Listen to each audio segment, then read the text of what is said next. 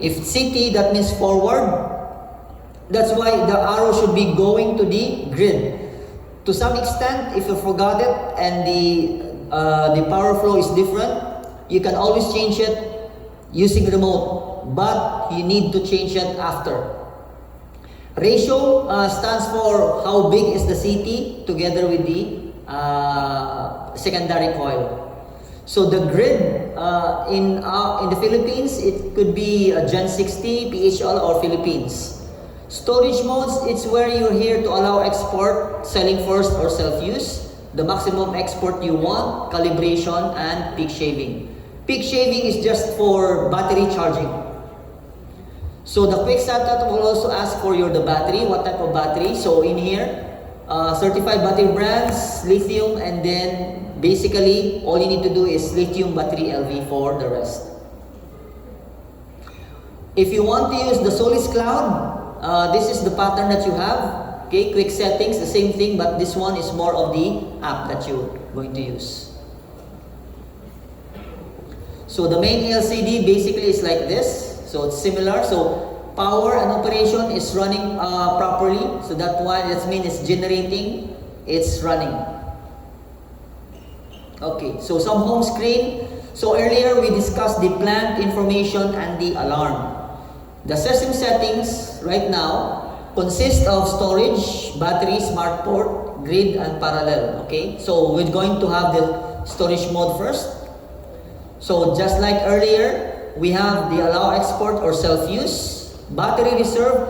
This means at any rate you want to reserve your battery, because the battery, again, this one is optional. If you want to act this as a full-time UPS, then the battery reserve should be 100%.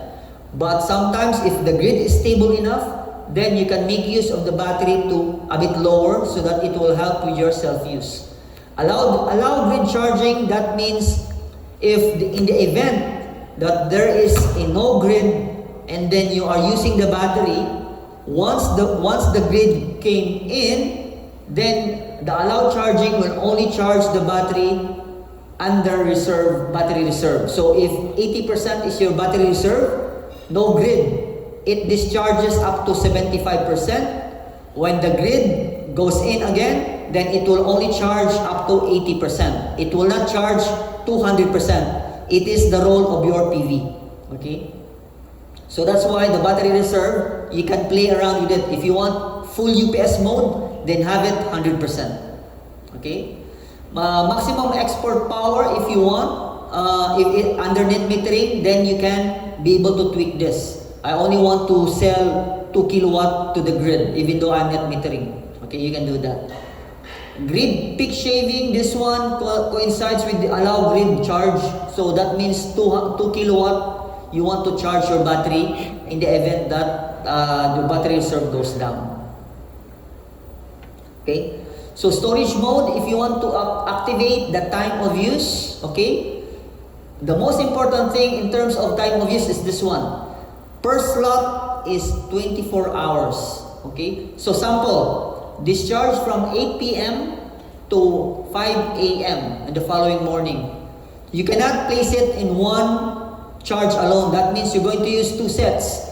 The first discharge slot is 20:100 down to 23:59. So it's a military time, okay? And then discharge current, if you want to discharge it 50%, and if also you want the state of charge to be higher or lower. So it's up to you. And then the next set, since that will be in the following morning, you're going to have the 00 and then the 5 a.m. Still discharge current and SOC. That means at 30%, the battery will stop discharging on that time. Okay? Whoever's come first, if it's under 30%, then the battery will start discharge. Okay? So that's the limiting factor. So the 50 amps discharge, that will be used to the battery to discharge. So you can play around. Okay? So in terms of usage, this is how you implement the time of use for Solis, because a lot of users will only use the set 1. Just like this one is like programming, okay? So in program, there's a logic. So you have to tell the inverter, the computer, first this one, then next one. Because remember, it's only 24 hours format. If you're going to move more than that, it overlaps, it cannot understand. It will accept, not an issue, but when it going to execute, it has a problem. So we automatically, we check their time of use, we can always see that it's overlapping. So this is the right way to do the range for the following day time of use configuration. Okay, so next, the battery settings. In here for lithium LV, you can make use of the battery save. Do not enable the battery saving if this is for the active use. Okay, because normally this is also cause for the error that the battery wants to discharge more, and you have a battery saving, it will fail, it will shut down, because sometimes the battery, the inverter is thinking that, oh, I'm doing a battery saving. So disable this if this is using on a daily basis. But if it's on the farm, that only for a shed, from time to time vacation houses, then you can do that, not to deplete your battery. Okay. So for lithium without communication, for DIY, it's supported. Depending on the battery, so some are 48 volts, that means 16 pieces, 16 cells. 51.2, that means 16 cells, and lead acid. Okay. So if you want to act this one as a grid tie first, because the customer wants to buy the battery later, then put no battery. Okay. Then it will automatically, you can use this as a grid tie inverter. Important, over discharge, that means when is the time that you want only to have your battery maintained. Okay, so it will stop discharging. Recovery should be higher than your over discharge. Okay, that means pag nag-discharge ang battery mo, let's say 30%, and your place should be higher, that means at least you should have a 40%. That means when it reaches 40%, it will now be able to activate your backup output. Okay, it should be higher. Still on battery settings, capacity, this one is more of a lead acid. So I don't know if someone's still using some lead acid, but if you are, you still be able to use this. Okay, then the smart port you can have. So in here, you can see it in here that there's a genset, okay, smart load or easy coupling. So behind that, when generator is selected, that means it's genset. Load is connected to smart port, and if it's connected to the grid tie, it's easy coupling. Okay, so these are the selection for you to be able to tell the inverter what's in, or if you want to enable it. If you don't want to enable it, by all means, not an issue. Okay, grid port, normally the grid port is just, okay. So the grid port, as you can see it in here, this is where you placed your settings. Most of you are PHL, but we normally recommend that is Gen 60 or General 60. That means it catch all to grid settings between high and low values for the grid.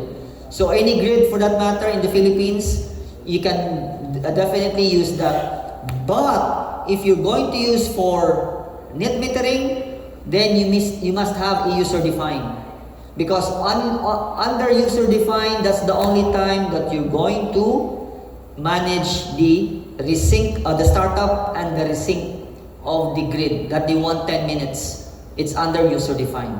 Okay, the gens at least 60 seconds. Same thing with the PHL, and this one for some earlier versions, we have the UL280 if you're using a generator. So if the generator is weak and that's the source, then you can change it to UL208 so that it will sync if your grid source is generator. So that's why these are available depending on the requirement. Okay.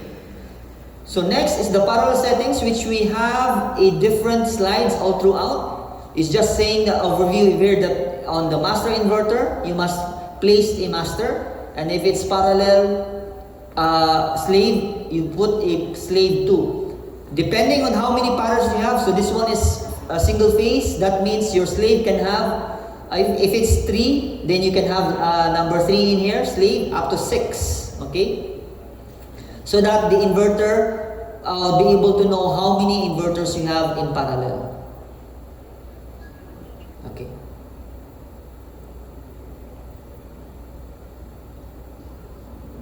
Okay. So one of the most important thing that we have is knowing what are the common alarms. Okay. So limited by APM, that means you enable the zero export capability of the hybrid. Okay. So limit by VG on this sense, what mode? Normally you won't be able to encounter this in the Philippines, but on other countries you can. Okay. So OVG, grid over voltage excess on the upper voltage range. That means first voltage in that sense, because remember the grid dances based on load. So that's why it goes to, in the morning it has 240, at night when there's a lot of load, it's 230 or even 220. So the parameters basically would tell you about the configuration. So in that sense, you'll be able to know that you need to adjust if it's under user defined. Okay. Fan alarm, normally if for 3-phase, there's a blockage on the fan, then you need to clean it up. The 6 kilowatt, bottom of it, there's a fan. So one must be able to, check it often that it's clean. Limited by temp, if the system is very high in temperature, what will happen is it will derate so that it will not shut down. So that's the main explanation to it. Limited by frequency, normally if the frequency goes up or goes down, then the system also will be able to adjust. So that, remember, this is grid tie, it will always sync to the grid and check. OVG3, grid transient oval voltage, normally happens pag for some reason na may mga nag-short circuit away, so tataas yung voltage nun. Okay? Grid current tracking failure, RMS, so these are normally for the grid. You can ask some of the Noriko in this, which is very convenient and also informative if they would be able to give you. Bat name fail, which is common because the battery name of the inverter, of the battery from the inverter is not properly set up. So that's why for Fuston, which is right here, it's battery, lithium battery LV. Okay, so can fail. It might be that the communication cable is not properly plugged in to a CAN, not in RS-45 but CAN. Okay, over voltage battery. Now this one happens to a lot of DIY battery makers because their battery and their BMS is not compatible. So that's why it goes, what we call the BMS will do the protection mode. Then it will have the OVBAT. Under battery, that means the battery is depleted. Okay, it's nearing its threshold. No battery, to some extent, battery is online. Makita minsan na online ang battery, but there's no voltage. That means nag-trip ang imuhang battery circuit breaker or circuit device. Most important thing, do not disregard this particular error. PV ISO error. That means PV isolation, PV insulation error. So if you can see that, if it's PV ISO 1, that means you have a negative ground fault. So the negative side of your cable has an issue. PV02, that means positive ground fault. These are two common alarms in the Philippines.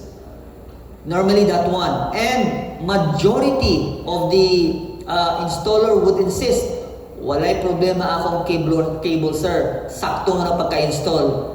Di man